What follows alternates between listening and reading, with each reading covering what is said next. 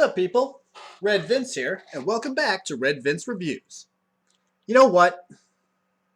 Why do three movies suck so often? Almost every time you have a series of movies, especially trilogies, the third movie is practically destined to be awful, and the worst in the franchise. Take Spy Kids 3 for example. When the first movie came out, I thought it was pretty good. Then the second one came out, and I thought it was even better. Then the third one came out, and it was a piece of shit. Same thing as The Godfather 3. First one was phenomenal, second one was great, third one was shit. How about Neverending Story 3? Teenage Mutant Ninja Turtles 3? Same thing. And those were just follow-ups to just one good movie and one mediocre one. There are some three movies that are still good, like Return of the Jedi and The Dark Knight Rises, but even they aren't as good as their predecessors. These are just a few examples of what I like to call the third movie curse. There are, of course, a few exceptions, like the Toy Story trilogy, where all three movies are equally as good, and, believe it or not, the Star Wars prequels, one of the most hated trilogies of all time, where the third movie is actually the best of the three. Though, to be fair, that's probably because the first two set the bar so low. But like I said, movie number 3 is almost doomed to fail. Sometimes when it might not really deserve to. What do I mean by this? Well, let's take a look back to May 2007. For those who don't remember, in May 2007, three of the biggest movie franchises of the time, Sam Raimi's Spider-Man, Shrek, and Pirates of the Caribbean, were all releasing the third movie in their series. We got Spider-Man 3 at the beginning of the month, Shrek the Third a couple weeks later, and Pirates of the Caribbean at World's End about a week after that. The result? Well, all three movies were big box office successes. The reviews were a different story. They were all panned by critics and audiences alike. But me personally, I liked them all. Not to say none of them had any problems. They did. Big ones. And I don't think any of them are as good as their previous films. But for what they are, I think they're all pretty solid. I think because of the third movie curse, we were already expecting them to fail. So we were harder on these movies than we really should have been. And overlooked the good qualities in all of them. So in this series of reviews, let's take a look back at these three films and see if they're really as bad as people say, or if we were maybe a little too harsh. I'm going to be doing these in the order they came out, so that means up first is Spider-Man 3. Now in all fairness, this movie wasn't really panned by critics, though they didn't praise it like the last two films either. But the fans who didn't like it really didn't like it. There were still plenty of people who did like it, but those who didn't, well, let's just say they're a very vocal group. To the point where nowadays, all you ever hear about this movie is negative feedback. But is it really warranted? Let's take a look. The movie picks up pretty much where the last one left off, showing how Peter lives his life as both Spider-Man and Peter Parker. Where in the last film he's constantly struggling to balance the two lives, and failing miserably, here he seems to have finally gotten things under control, and is actually happy with his life. And the best part is, he's happily in a relationship with Mary Jane. It's revealed that Peter plans on asking MJ to marry him, but his plans are hindered by failing to be there for MJ when she needs him the most, because of his superhero duties. On top of that, he has to deal with a new villain known as the Sandman, who it turns out is the man who actually killed Uncle Ben, Harry being out for revenge on Peter for the death of his father, a new rival photographer named Eddie Brock trying to take Peter's job, a new black suit that is not only altering his personality, but may also be alive, and a whole bunch of other stuff. So let's get into the bad elements, because honestly, based off that intro, you probably figured one of them out already. This movie is infamous for having too many plot points, and yeah, there are a lot of them. Because of this, some plot points get a lot more development than others. Peter's relationship with Mary Jane is given a good chunk of time devoted to it, but Eddie's rivalry with Peter has only a couple scenes and then he's suddenly Venom.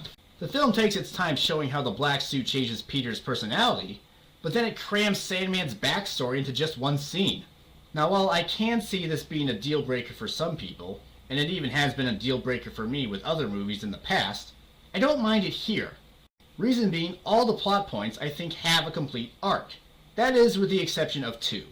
Sandman's story never really ends, it just kinda stops unresolved. And it's not clear where Peter and MJ stand in their relationship by the end of the movie. I assume these were going to be resolved in the fourth movie that never happened. Everything else in this story, though, is set up, has some amount of time devoted to it, some more than others, and then there is an ending to it. There was never an element I thought went nowhere and didn't really belong. And on top of that, the plot points that got the most screen time were the most interesting, and stuff I wanted to know what would happen. But we'll go over that when we get to the good things in the movie. For more bad stuff, let's talk about one of the most infamous elements of the movie, Emo Peter. Now here's the funny thing. When Emo Peter is first introduced, I actually think it's pretty good. I like this more aggressive attitude he gets. Before the black suit, Peter is pretty passive, and never looks for a fight unless someone else starts it. And even then, he sometimes turns the other cheek. But here, there's a sense he'll just snap at any second. He also goes to more extreme lengths with the black suit. He presumably kills Sandman, and when he fights Harry, he not only verbally kicks him when he's down, saying the most hurtful things he can think of, but he also throws a bomb at him and presumably kills him too. The old Peter would never go that far. When Peter then confronts Eddie at the Bugle, I was actually kind of scared for Eddie. I was waiting for Peter to start brutally wail on the guy, to the point where I was actually a little relieved all he did was rat him out. My point is, this darker Peter is actually kind of a scary guy. But then, everything is completely ruined in the very next scene, where they show him dancing in the street like a cocky little punk, among other things. Now, I actually do like the bit where he stands up to Jameson, but the rest of this montage is just painful to watch. Tobey Maguire, who for the most part has acted very well in all three of these movies, does not have the charisma needed to look even remotely cool in this scene. Instead, he just looks like a geek trying to act like a tough guy. It's not believable, and it just kills any credibility the change in his personality originally had. But if there's one thing harder to watch than that, it's the dance scene in the bar that comes just a few scenes later. Why does Peter need to dance so much in this movie? Just imagine all the stupidity from the street dance scene and multiply it by 1,000, and that's what you get here. This moment is so lame, even the Nostalgia Critic placed it at number 1 on his top 11 dumbest Spider-Man moments. There are no words to describe this scene and how stupid it is, so I'm just going to move on to the next thing. Venom. If people aren't bitching about Emo Peter in this movie, they're bitching about Venom, and for good reason. This is easily my biggest problem with this movie. Where do I even start? First of all the people you could have casted, Topher Grace? Really? Well, okay, it may be an odd casting choice, but maybe he can still pull it off? Not really. As Eddie Brock, he's passable at best. From what I can gather, it's completely different from the comic books, which, by the way, I haven't read them, so I'm just judging the movie for what it is. This Eddie Brock is portrayed as a weaselly, fast-talking liar who will say or do anything to make a buck. And again, I have no idea how different it is from the comics. But for the kind of character this movie is trying to portray, I think he pulled it off fine. As Venom, though, good lord, it's not pretty. This is the moment where he's supposed to have completely snapped, and has completely given in to the corruption of the black suit, and gone even darker than Peter did. But it's just as awkward and not believable as Emo Peter. And on top of that, he's hardly in the movie. Eddie is in the movie for a good chunk of the time, but it takes forever for Venom to show up. And he only has like 10 minutes of screen time. Now the good news is that Venom himself looks fantastic. I hear he's supposed to be a lot bulkier in the comics, but aside from that, the skin, the claws, the monster face all look amazing. Again, for 10 whole minutes. And even then, he peels his face back most of the time, so we get even less of the full Venom. I mean, what would you rather watch? This or this? I heard that Sam Raimi originally never wanted to do Venom in the first place, but when word got out he was doing the black suit, the fans went nuts demanding he put Venom in it too, so he just threw him in at the last minute. I don't know if that story is true, but if it is, boy does it show. Me personally, I would have left him out, and ended the movie with Eddie's transformation to build him up for the next film, and have that film be nothing but Spider-Man vs. Venom. But no, we get possibly the most popular Spider-Man villain of all time for a little bit, and then he dies. Blow me. So those are the big problems. Any other problems I have with this movie are just moments that I think just don't work. Take the scene where Mary Jane breaks up with Peter, for example. Most of the people who don't like Maguire's performances in these movies usually point to this scene as one of the biggest examples as to why. Now, like I said, I think Maguire did a great job in all of these movies, but I will admit this is one of the few moments where it doesn't work. The sad reaction to him being dumped is just way too overblown. Now, to be fair, I get the idea behind it. This is a guy who is finally in the relationship with the girl he has loved all his life and is about to propose to, and then she just dumps him right the hell out of nowhere. Who the hell wouldn't cry their eyes out if it happened to them? I know I would. But yeah, it's overblown and not very believable. How about the scene where Harry learns the truth about how his father died?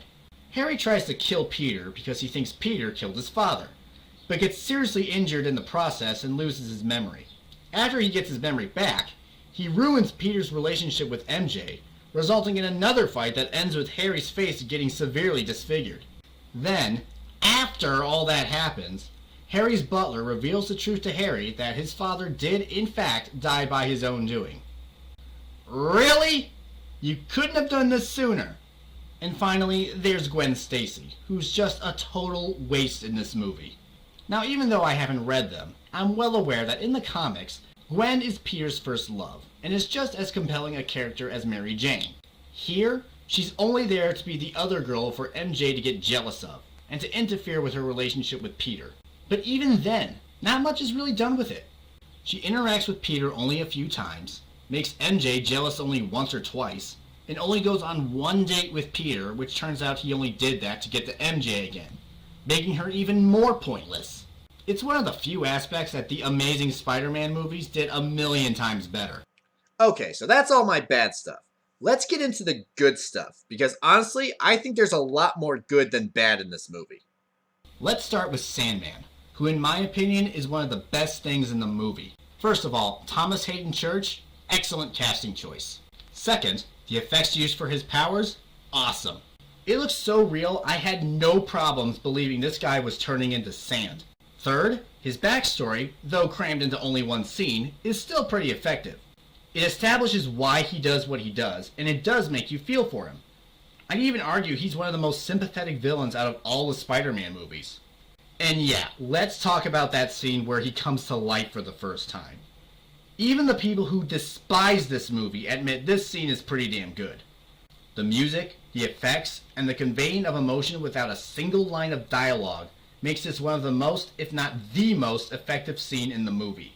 And finally, Thomas Hayden Church just gives a good, solid performance in this movie. Actually, that's another element in this movie I think is good. I think the acting is pretty good, for the most part. Even though there are a few moments here and there that I don't think work, and I mean really don't work, the actors I think do a good job. Again, most of them. Another one of my favorite aspects of the movie is the conflict between Peter and Harry. This is the element that's been built up the most because both of the previous movies set this story arc up, and in my opinion, it did not disappoint. The first battle is awesome. Actually, that's something I'll bring up on a side note. All the action scenes in this movie are awesome. Some of the best in the series. As much as I love the first movie, the action, while still good, is kind of mediocre compared to the action in this one. Even the second one. As good as the action is in that movie, the CGI seems to be incorporated a little better in this one. And on top of that, Harry's new goblin design is pretty cool. I'm one of the few people who actually really liked Norman's costume in the first movie, but even I didn't really want to see it repeated in this one. It would have felt too much like a rehash to me. To my knowledge, this new design was never in the comics, but I still think they did a good job giving Harry a new look. I like this new glider, and I like how he's still able to use classic weapons like the pumpkin bombs and razor bats, while also adding new weapons like that sword. Well, anyway, Harry battles with Peter and, like I said before, ends up losing his memory as a result. He no longer remembers that Peter is Spider-Man, or that he had anything to do with his father's death. All he remembers is that they're best friends. And for a good chunk of the movie, that's what you get to see him as. Best friends. It's a totally believable friendship, and it's nice to see what could have been. So when Harry gets his memory back, destroys Peter's relationship with MJ, and then fights Peter, presumably to the death, it's actually kind of heartbreaking. But then that makes it even more uplifting when Harry comes to Peter's rescue during the final battle. Which in turn makes it even more heartbreaking when Harry sacrifices himself to save Peter, resulting in one of the saddest moments in the whole trilogy. Some of the smaller things in this movie that I like is, for one thing, I like this opening scene that shows things going good in Peter's life for once. I know some could argue this ruins one of the most interesting conflicts in Spider-Man, the difficulties in balancing the two lives, but I'd argue that Peter went through enough drama in the last movie. We can afford to give him a break this time. Plus, he still goes through his fair share of issues in this movie, so what's the problem? The black suit also looks amazing. And it's nice to see a black suit that actually looks black. Is it just me, or do the previous designs of the suit look more blue than black? Also, J.K. Simmons as J. Jonah Jameson is just classic. He's just as hilarious in this movie as he was in the last two. I also really like the part where MJ drops the cinder block on Venom's head. Venom has Spider-Man tied up and is about to finish him off, when Mary Jane grabs a cinder block and drops it right on Venom's head, distracting him long enough for Spider-Man to break free. Not only does Mary Jane finally do something to fight back in this scene, but actually, she saves Spider-Man's life. He saves her life so many times in these movies, it's nice to see it the other way around for once. Okay, so now we've covered the good and the bad stuff. Is there anything in this movie that's just kinda 50-50? Well, actually there's two of them. The first one is Peter and Mary Jane's relationship. On the one hand, this is something I really wanted to see.